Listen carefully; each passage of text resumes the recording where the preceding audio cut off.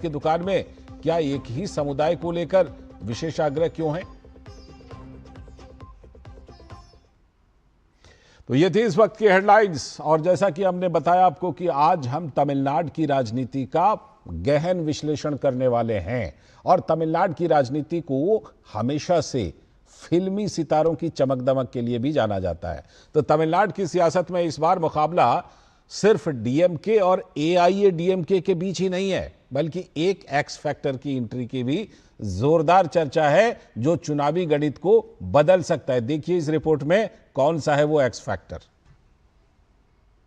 तमिलनाडु की राजनीति में पर्दे और सत्ता का रिश्ता पुराना रहा है।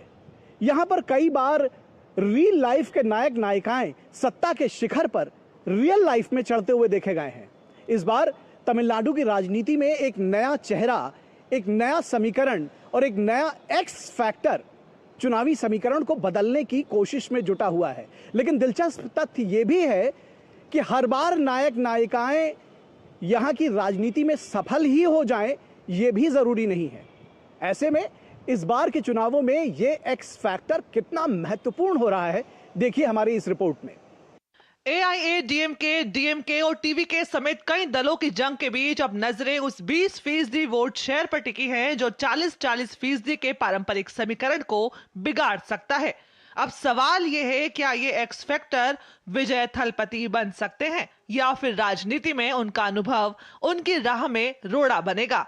तमिलनाडु की राजनीति में सिनेमा का असर पुराना है। जयललिता और करुणानिधि जैसे नेता इसकी मिसाल रहे हैं। रियल लाइफ के सितारे रियल लाइफ के नेता बनते रहे हैं। रील से रियल तक की राजनीति, सिनेमा से सीएम बनने की परंपरा। जयललिता 5 बार मुख्यमंत्री बनी, करुणानिधि फिल्म से राजनीति में पहुंचे। लेकिन हर स्टार राजनीति में सफल हो ये जरूरी नहीं। रजनीकांत राजनीति में उतर नहीं पाए, कमल हासन की पार्टी भी सीमित असर ही दिखा सकी। विजय की रणनीति भी चर्चा में है। वो डीएमके पर हमलावर है, लेकिन एआईएडीएमके पर खामोश रहते हैं। ईपीएस उन्हें डीएमके की बी टीम बता रहे हैं। वहीं डीएमके इस पूरे मुद्दे को ज्यादा तवज्जो नहीं दे रही और विजय के आरोपों को सिरे से खारिज कर रही है। फैन क्लब का जोश जरूर दिख रहा है, लेकिन क्या ये जोश वोट में बदलेगा, यही इस चुनाव का सबसे बड़ा सवाल है। अब देखना होगा कि ये एक्स फैक्टर तमिलनाडु की सियासत में डार्क हॉर्स बनता है या सिर्फ चर्चा तक ही सीमित रहता है। तो इस रिपोर्ट में आपने ये तो जान लिया कि वो एक्स फैक्टर है क्या, और ये भी जाना कि कभी एक्स फैक्टर बहुत बढ़ करके सामने आता है तमिलनाडु की राजनीति में, लेकिन कई बार बढ़ नहीं पाता है। क्यों? जनता जिनको बढ़ाती है वो बढ़ता है, जनता जिनको नहीं बढ़ाती वो नहीं बढ़ पाता। तो तमिलनाडु की जनता का इस एक्स फैक्टर के बारे में क्या कहना है, उनकी आवाज सुनिए। रामचंद्रन वो उसमें बहुत कुछ काम किया है, जो गरीब लोगों को वो मदद किया है। तो उसी मुताबिक जो है ना, तो पब्लिक उनका साथ जैसा संबंध रहता है, तो उनका जो सोचते हैं वो हो जाता है आगे चल करके। Past 50 years, the senior people only mixing with mixed in politics. For an example, former CM C.N. Annadurai, period is 69. He was a film script writer, story writer, lot of things. After that, Karunanidhi also story writer in film. After that, the giant MGR. Maximum all of the Tamil Nadu peoples believing MGR. After that, Jayalalitha, because they serving lot of things. जो है actor, मतलब superstar था उस time की superstar, अभी तक भी वो जिंदा है। हमारा तरफ से वो मरा नहीं है। पुरस्कार तलवार एमजीआर जो है अभी तक भी वो मरा नहीं है। तो वो एक्टर था, वो बहुत अच्छा मीनिंग से जो है लोगों को बहुत उनका दिल में आ गया था। विजय आया हुआ है, विजय का इतना नहीं हो पाएगा, जबकि इतना बड़ा लोग सिर्फ पिक्चर में ब्रेक हुआ पुरस्कार तलवार एमजीआर और जयललिता, इसके अलावा और कोई नहीं है। फेमस सिनी actor, after that you know very well Jayalalitha. After this nobody has not come now. Kalangar also in the same field only, but we can expect we'll see N.T. Ramarao in Andhra and Magesh Babu, I think so many from Andhra Pradesh also. We are expecting Pakala, we'll see what the people will just decide. We cannot predict him, no, that is the problem. तो आपने लोगों की भी आवाज़ सुनी और इसके पहले जो आपने रिपोर्ट देखी थी वो रिपोर्ट हमारे सहयोगी निखिल सिंह ने बनाई थी। और जैसा हमने आपको बताया हुआ है कि इन दिनों हमारे दो सहयोगी, हमारे सलाहकार संपादक विनोद मिश्र जी भी तमिलनाडु में हैं और निखिल सिंह तो वहाँ तमिलनाडु में रिपोर्ट उनकी आपने देखी ही। सीधे उन्हीं दोनों से जोड़ करके ज़रा इस एक्ट फैक्टर के बारे में और ज़्यादा इसका विश्लेषण करते हैं। देखिए हमारे दोनों सहयोगी जुड़ चुके हैं। पहले मैं विनोद जी के पास चलता हूँ। विनोद जी, एमजीआर से लेकर के विजय तक, है ना, एक लंबी सूची है तमिलनाडु की राजनीति में इस एक्स फैक्टर की, जिसकी हम बात कर रहे थे और जो निखिल की रिपोर्ट हम देख रहे थे। तो ये बताइए कि ये एक्स फैक्टर कभी तो निखिल ने भी बताया कि कभी तो काफी उभार में रहा, यहां तक कि मुख्यमंत्री तक बने, केंद्र में भी बड़ी मजबूत लीडरशिप के रूप में उभर करके आए, और कभी ये एक्स फैक्टर चला नहीं। इस बार का जो एक्स फैक्टर है टीवीके के विजय का, ये एक्स फैक्टर आपको जमीन पर इस बार कितना दिखाई पड़ रहा है विनोद जी?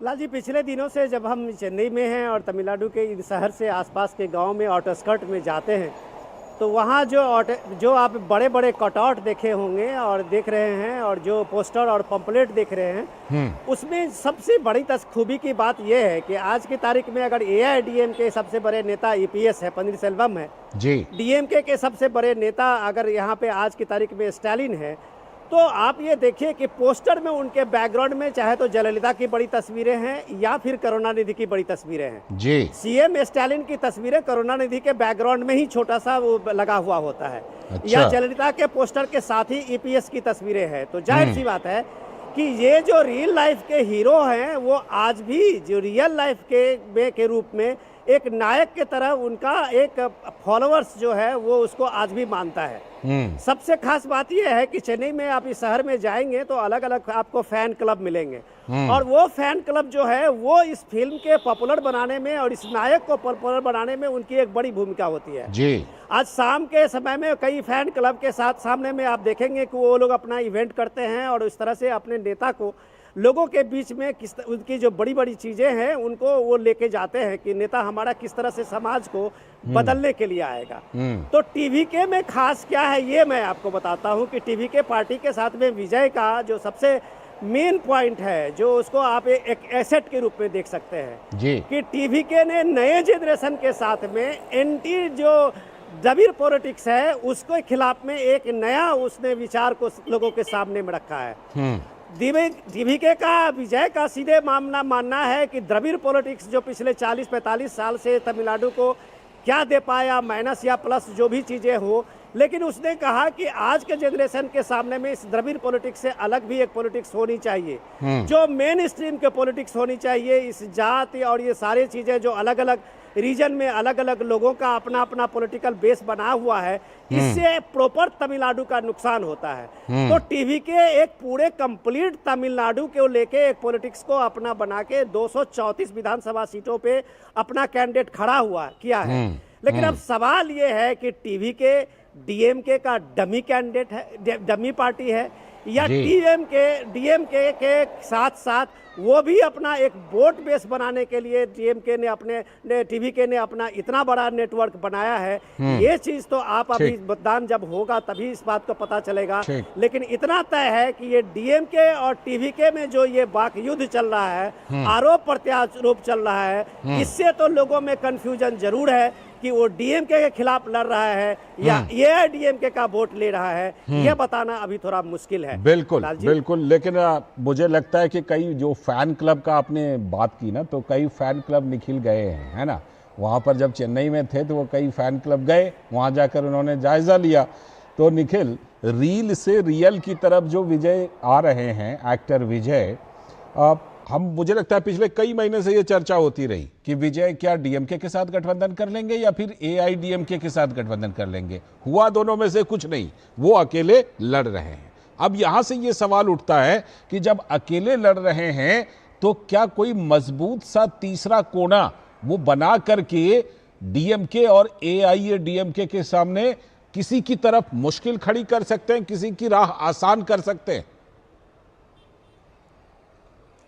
देखिए, इसके दो तरीके से इसको देखा जा रहा है लालचंद। एक तो जब आप 40% वोट बैंक की बात करते हैं AIADMK और DMK के दोनों पक्षों में, तो 20% वोट बैंक बचता है, जिसकी बात विजय के तौर पर कही जा रही है। तो ये कहा जा रहा है कि विजय दो तरह से इस पूरी राजनीति में आएंगे या कुछ करते हुए दिख सकते हैं। एक तो कि हम खेलेंगे नहीं तो खेल खराब करेंगे, और दूसरा कि अगर हम किंग नहीं होंगे तो किंग मेकर बनेंगे। अब ये दोनों चीजें किसके लिए और किस तरह से यहाँ पर यानी कामयाबी या नाकामयाबी के तौर पर आती है, ये देखने की बात है। जैसा कि अभी विनोद जी ने कहा कि ये बात धीरे धीरे और कहीं ना कहीं AIADMK इस बात को चस्पा करने की कोशिश कर रही है कि विजय और कुछ नहीं, DMK की डमी टीम है, और वो सिर्फ इसलिए आए हैं कि AIADMK और बीजेपी समर्थित जो भी उम्मीदवार है या जो उनकी पूरी किटी है पार्टीज की, NDA की, वो उसमें डैमेज कर सके। आपको ये ध्यान होगा कि वो जब ये इन स्टेटमेंट्स को कहते हैं तो वे बताते हैं कि आप देखिए, भले ही विजय DMK के खिलाफ बयानबाजी करते हो, लेकिन DMK की तरफ से कभी भी, चाहे स्टालिन हो या उनके दूसरे नेता हो, उदयनिधि स्टालिन हो या उस मैटर के लिए कोई भी दूसरा नेता हो, वो विजय के खिलाफ कुछ नहीं कहता। और ये उनकी स्ट्रैटेजी है, ये कहना है AIADMK के नेताओं का, बीजेपी के नेताओं का। तो कुल मिलाकर ये भी बात अगर देखा जाए तो ये दूर की कौड़ी है। लेकिन इससे पहले ये समझने की जरूरत है कि क्या विजय 20% वोटों में कुछ हिस्सेदारी अपनी ले पाएंगे, क्योंकि यहाँ वही सवाल जो शुरुआत में मैंने कहा था और आपने जो बात कही थी कि क्या विजय NG रामचंद्रन या फिर जयललिता की तरह या करुणानिधि की तरह करिश्मा कर पाएंगे, ये एक बड़ा सवाल होगा। क्योंकि ये बात आपने देखा होगा कि अभी जो एक समर्थक की बाइट भी आपने सुना, उन्होंने कहा MG रामचंद्रन आज भी हमारे दिल में जिंदा है। MG रामचंद्रन की सियासत दूसरे तौर पर थी। MG रामचंद्रन ने जब फिल्में चुनी थी वो भी बहुत सिलेक्टिव और बहुत ही तरीके से चुनी थी। लोग बताते हैं कि अंतिम जो उनकी 30-40 फिल्में रही थी वो लगभग पॉलिटिकल ग्राउंड्स पर रहती थी। वो गरीबों के मसीहा, न्याय के देवता के तौर पर फिल्मों में उन्होंने पोज किया। किसी भी फिल्म में कभी भी उन्होंने शराब नहीं पी, सिगरेट पीते हुए नहीं उनको देखा जा सकता। तो एक बड़े मसीहा के तौर पर वो रहे, और इसके साथ साथ वो सामाजिक सेवा, फिलैंथ्रोपी, लोगों की मदद करना, अपना जो उनका फैन क्लब था, सबसे बड़ी बात जो आपने फैन क्लब की जोड़ी, जो फैन क्लब था वो पार्टी वर्कर्स के तौर पर तब्दील हुआ। तो MG रामचंद्रन उस कैडर के नेता हुए कि जब वो बीमार हुए तो कम से कम उनके पीछे लाखों लोग खड़े दिखे उनकी लंबी आयु के लिए। और उसके बाद वो जिस तरह से एक जिसको कहते हैं रोरिंग मेजॉरिटी के साथ में उन्होंने यहाँ की राजनीति बदली, DMK से AIADMK के तौर पर लेकर के आए, वो पूरा प्रदेश इसका गवाह है। और जयललिता उनके साथ में उनकी सहयोगी के तौर पर रही, तो जयललिता की छवि भी उसी तरह से देखी जाती रही। लेकिन विजय क्या इन चीजों को इस लेवल पर जाकर के ले आ पाएंगे कि लोग उनके पीछे रैली करें, उनके पीछे खड़े रहें? क्योंकि उनके साथ में यह भी कहा जा रहा है कि समर्थक तो जुट जाते हैं, जो फिल्म देखने जाते हैं वो विजय की एक झलक पाने के लिए आते हैं। आप देखेंगे कि नॉर्थ इंडिया में भी जब कोई फिल्म स्टार आता है, रैलियों में भीड़ जुटाने के लिए जो है वो फिल्म स्टार्स को जुटाया जाता है। लेकिन फिल्म स्टार्स को भी वोट मिल जाए, ये देखने की बात होगी। तो ये सारे समीकरण तभी सही ठहरेंगे जब विजय को इतनी मात्रा में वोट मिल जाए। तो ये देखना दिलचस्प होगा और ये 4 मई को पता चलेगा। और नॉर्थ इंडिया में तो एक चीज और निखिल देखते हैं हम लोग कि बहुत सारे ऐसे फिल्मी सितारे हैं जिन्होंने अपनी किस्मत आजमाई भी, सांसद भी बने, लेकिन एक लेवल से ज़्यादा जो है यहाँ पर पॉलिटिक्स में नॉर्थ इंडिया में जगह नहीं मिलती। लेकिन विनोद जी, अभी जो आप कह रहे थे कि कटआउट तो अभी भी करुणानिधि के और जयललिता के ही दिखाई पड़ते हैं, तो एक शून्यता जो कि इन दोनों के नहीं रहने के बाद तमिलनाडु की राजनीति में आई, ठीक। अब ना तो अभी MK स्टालिन जो है वो ना तो वो फिल्मी सितारे रहे हैं, ना इधर से NDA के जो कैंडिडेट हैं पलानीस्वामी वो फिल्मी सितारे हैं।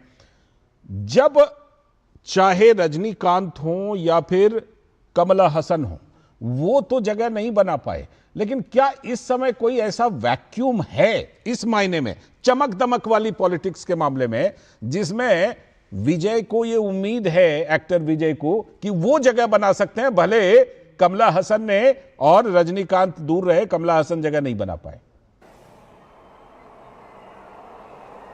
लाल जी, समझने की बात यह है कि आपके एक्स फैक्टर की रिपोर्ट में कि इस फैक्टर में एक जेनजी फैक्टर भी है। और जेनजी फैक्टर जो है उसका आप कम से कम ये कहें कि उसके सामने में विजय सबसे बड़े हीरो है, लेकिन विजय सबसे बड़े हीरो उनके सामने में है जेनजी के सामने में, तो जेनजी का एक बड़ा वोट बेस है। तो क्या जेनजी ये जितने भी युवा तुर्क है तमिलनाडु में, क्या वो अपना जो इमोशनल कनेक्ट है विजय के साथ, क्या वो इमोशन कनेक्ट को वोट में तब्दील हो पाएगा, या विजय को लेके जो बात अभी विजय बार बार उठाते हैं कुनु के, जो अभी आप एक स्टैम्पेड हुआ था जिसमें आपने देखा होगा कि विजय के कई जो फैन क्लब के लोग थे या फैंस थे उनकी मौतें हो गई थी। तो उस समय से विजय आज भी अपने पब्लिक रैलियों में कह रहे हैं कि इस मौत का जो स्टैम्पेड का जिम्मेदार सिर्फ डीएमके प्रशासन है और डीएमके सरकार है, जबकि डीएमके ने बड़ी चालाकी से यह बताने की कोशिश लोगों में की है कि विजय भले ही एक पॉपुलर हीरो हो, विजय भले ही लोगों के बीच में काफी इस बात को रखते हो कि हम एक अच्छा लीडर बन सकते हैं, लेकिन अनुभव के मामले में, राजनीति के अनुभव के मामले में वो जीरो है। क्योंकि उनके सामने में इंस्टेंस उस स्टैम्पेड में और स्टैम्पेड के बाद जो लोगों की मौतें हुई थी, 10-11 से ज़्यादा लोगों की मौत हुई थी और बड़ा दर्दनाक मौत हुई थी लाल जी, तो वो ये बताता है कि जब आप अपने फैंस क्लब को, आप अपने पॉपुलर जो आपके लोग हैं वहाँ आपकी पॉपुलरिटी पे आते हैं, उनके भीड़ को अगर आप संभाल नहीं पाते हैं तो तमिलनाडु के इस बड़े स्टेट को आप कैसे संभालेंगे। तो ये उनके साथ में एक बड़ा ड्रॉबैक ये सामने में लाता है कि आपके पास में राजनीति का अनुभव जीरो है। लेकिन जेनजी जो है वो इस बात को नहीं मानता। कई जेनजी से हमने बात की तो उनका कहना है कि हम या तो नोटा में वोट करेंगे या फिर हमारे सामने में विजय एक विकल्प है जी। लेकिन ये विजय विकल्प है और राजनीति में जब उनको ये बात में चस्पा किया जाता है कि राजनीति के रूप में इनका अनुभव जीरो है, तो ये बात समझने की जाए कि इस प्रदेश में तमिलनाडु में अगर सुपरस्टार कोई है तो रजनीकांत सुपरस्टार के नाम से है। आज भी रजनीकांत का अपना आदर है, लेकिन रजनीकांत पॉलिटिकल पार्टी का सोच के भी, बात करके भी वो पॉलिटिकल पार्टी नहीं बना पाए जी। कमल हसन ने अपना एक्सपेरिमेंट करके 2024 में दिखाया और कमल हसन को कामयाबी नहीं मिली, 2% वोट को लेके कमल हसन सिमट गए। आखिरकार कमल हसन को राज्यसभा जाने का मौका तब मिला जब डीएमके ने उनको सपोर्ट किया और स्टालिन ने उनको राज्यसभा पहुंचाया।